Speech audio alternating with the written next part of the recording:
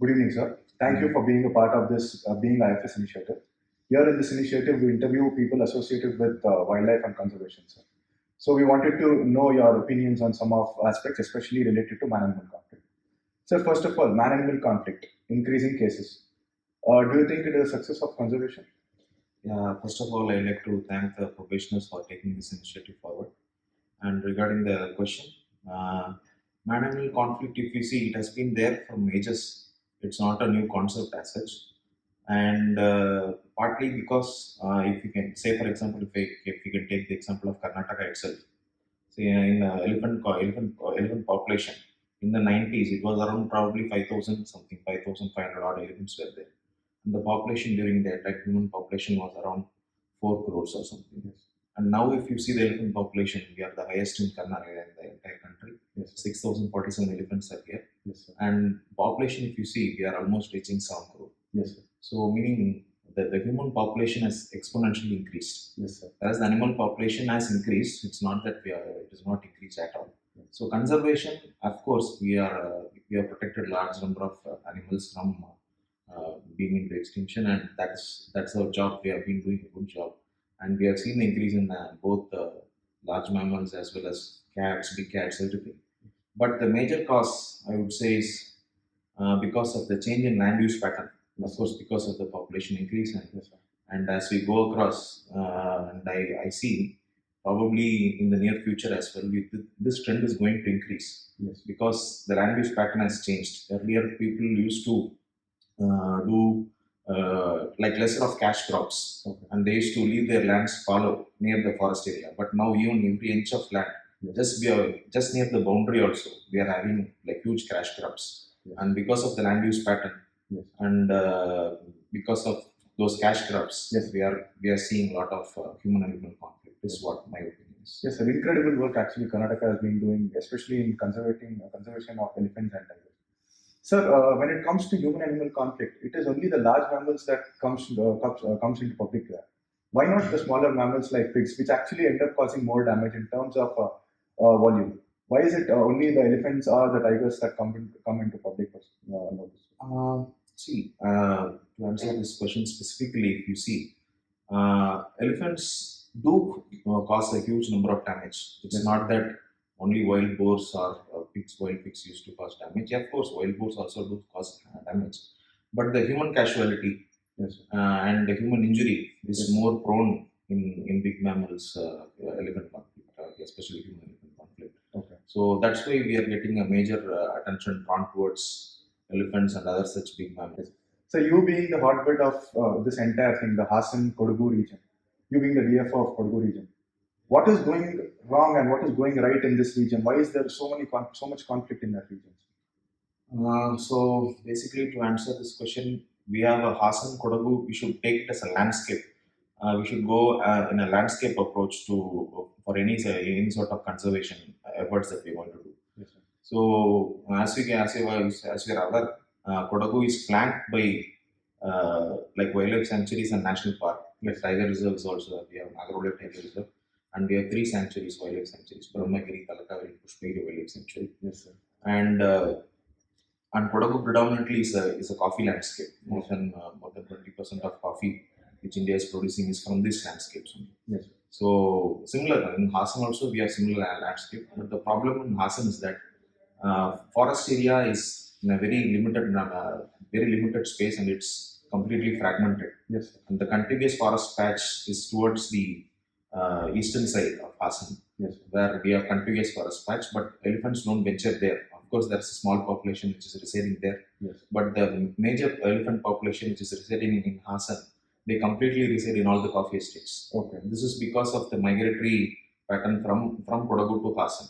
Yes. So generally, there's a migratory pattern, and to add to that, there was a Himavati river water project which was constructed in the early 70s and 80s. Yes, sir. So this migratory route, there was some destruction to the corridor. So Yes, there was some like fragmentation of landscape which has happened, Yes. and because of that, we can see lots of elephants which entered into Hassan region are not able to come back, and still they are roaming around only the estates. Okay. Around 60 to 70 elephants, they are only in the estates. Yes, sir. They are, most of those elephants, almost 50%, they are born and raised in the estates only. They are not seen forest patch at all. Yes, sir. And just to cite an example, our pink elephants, which we use for capturing Yes. the wild elephants, when they go to a forest patch, Yes. they eat all the bamboo. Okay. But those resident elephants, they don't know how to eat bamboo. Yes, sir. They are completely fed on our paddy, Yes.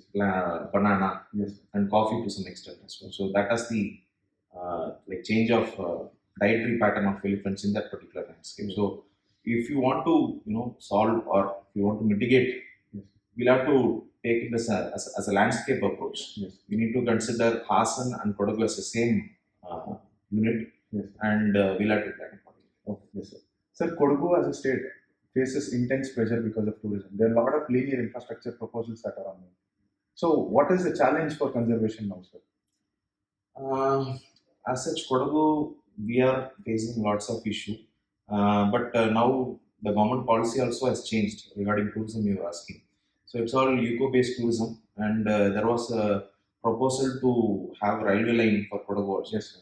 That was also stopped recently by some activists and environmentalists who are working there. Yes, sir. So that is not happening right now. Okay. So and there was also proposal to do NH connecting Makuta to Somarpet. Okay. So that is probably in pipeline, but we have not received any diversion proposals as of now. Okay. So that we'll have to see. But as such, government nowadays takes the environment and the elephant conflict, and the public also are public and civil society. They are more aware nowadays. Yes. It's not very easy to implement such linear development projects nowadays in this scenario.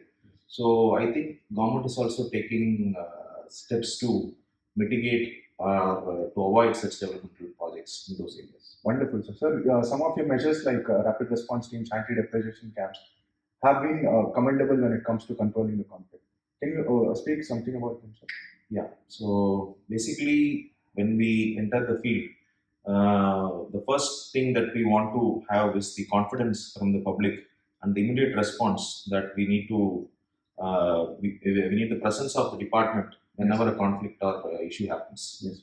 So for that, definitely we need a lot of manpower. Yes. Manpower is a very, very important critical aspect. Yes. So for that, we formulated some teams, like rapid response team and anti-depredation camp watchers. So in and around Kodagu, we have 3 divisions, 2 territorial and 1 wildlife division, and totally around we have 60 such teams, with each team having around 4 members. Yes. So totally around 240 members who are working as RRT and ADC camp watchers. Yes. So their prime job is to be behind the elephants and alert the public whenever the elephants is in movement. Yes. So basically, since it's a coffee landscape, they move from one estate to other. Yes. So it is the responsibility of this RRT and ADC team to alert all the estate owners about the movement of elephants. Crowd control is one of the major challenges in managing human conflict situations.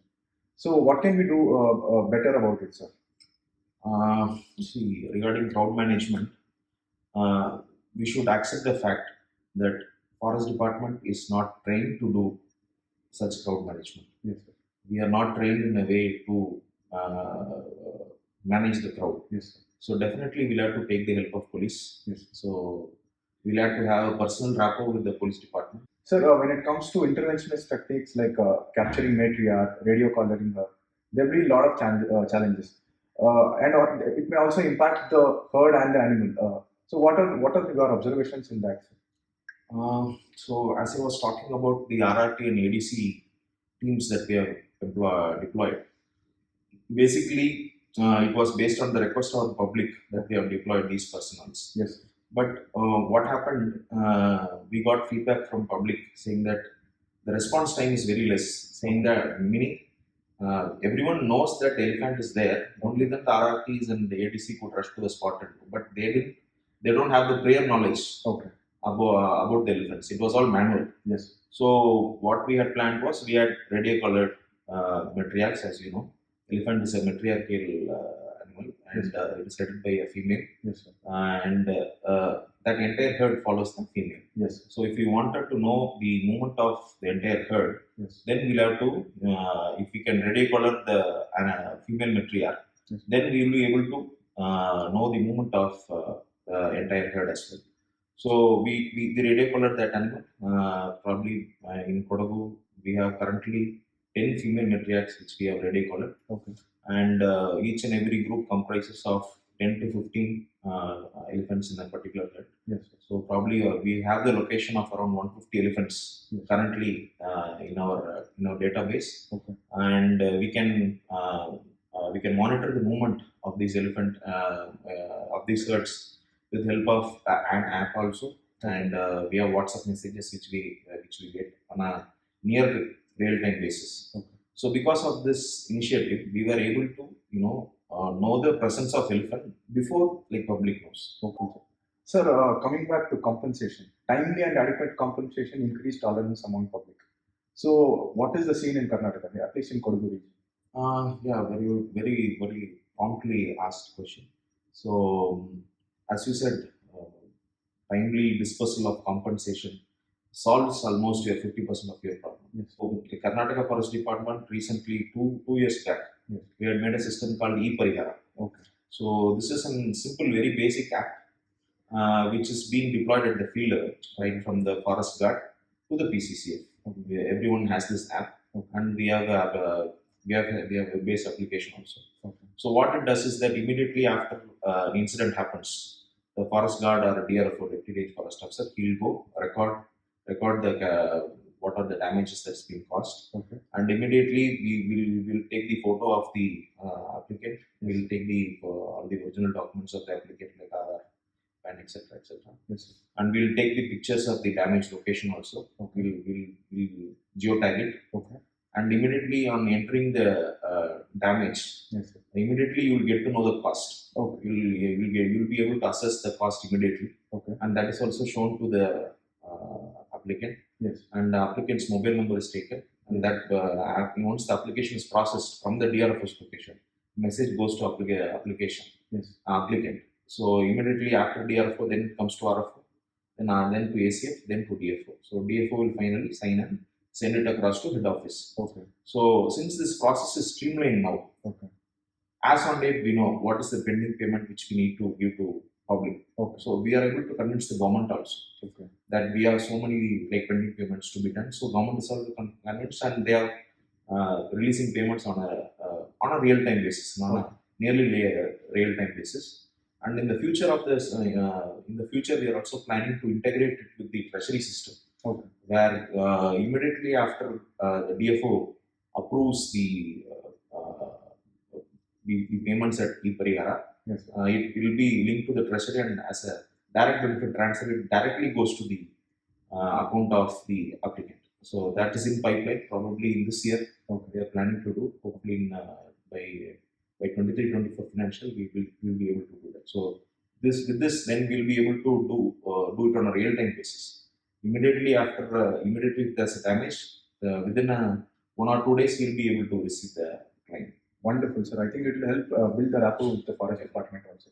Sir, on one side there's elephant problem, whereas on the other side, especially in the Kutta Viranasuli region, we see a lot of conflict because of tigers.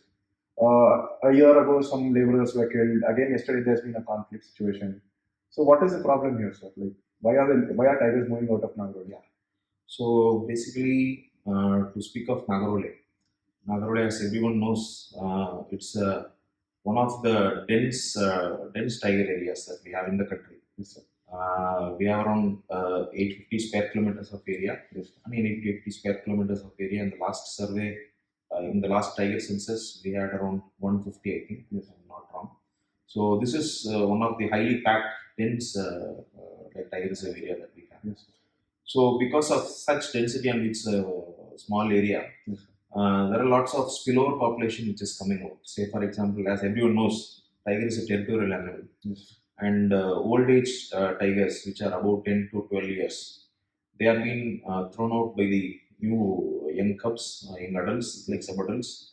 And in those territorial fights, sometimes they are injured also. Yes. And once they come out of the forest area, and then naturally we have a coffee estate which resembles like a forest area. Okay. So the tiger doesn't know whether it is a forest or a coffee estate. So it tries to establish its territory in the coffee estate area. Okay. So because of that, there are lots of human, like tiger conflict. Because of lots of like density in the tiger reserve of Nagaroli, in Nagaroli Tiger Reserve, and it has almost attained the carrying capacity. Yes. So we are also in the process of thinking. Now the thought process has started coming that we should translocate these tigers to like lesser known areas. Say for example, the Memils, Madikeri, Yes, sir. it is about to become a tiger sanctuary. It's about to become a tiger reserve now. It is a wildlife sanctuary currently, Yes, sir. and it has an area of almost like 1,000 square kilometers. Yes, sir. Very few tigers are there. Yes. Probably, if I'm not wrong, 20 to 30 tigers may be there. So it has a huge potential. Yes, sir. So we are also like no policy-based decision has been taken, but in the department, like this thought process has started. That we should try to translocate tigers from such densely populated areas so that we'll be able to conserve the species as well as, and we will be able to introduce them in newer areas, and we can reduce the conflict in our areas. Wonderful. So MML is being connected to BRT, and Satyamangala also makes a better Yes. corridor for them. Sir, what is your message? Like, because conflict is a situation, conflict situations are occurring all over the country. So, what is your message to all foresters here? Yeah, message I would say we have a huge opportunity lying with us in the future. If we fail to do so, then there will be a lot of public pressure, and there will be a lot of like pressure from public like representatives also. So we should try to do this conservation. We have done our conservation. I mean our the previous generation of foresters, they have done a lot of work, because of which we are able to see lots of tigers and elephants and all such animals increasing in population. So now it's up to us to conserve the species and try to mitigate the human elephant or human animal conflict. And if we fail to do so, then whatever conservation which has been done by our like previous generation goes in vain. So it is up to us to take this legacy forward. So, thank you for taking your time out. Thank you. Thank you. Sharing your valuable knowledge. Thank you. Thank you.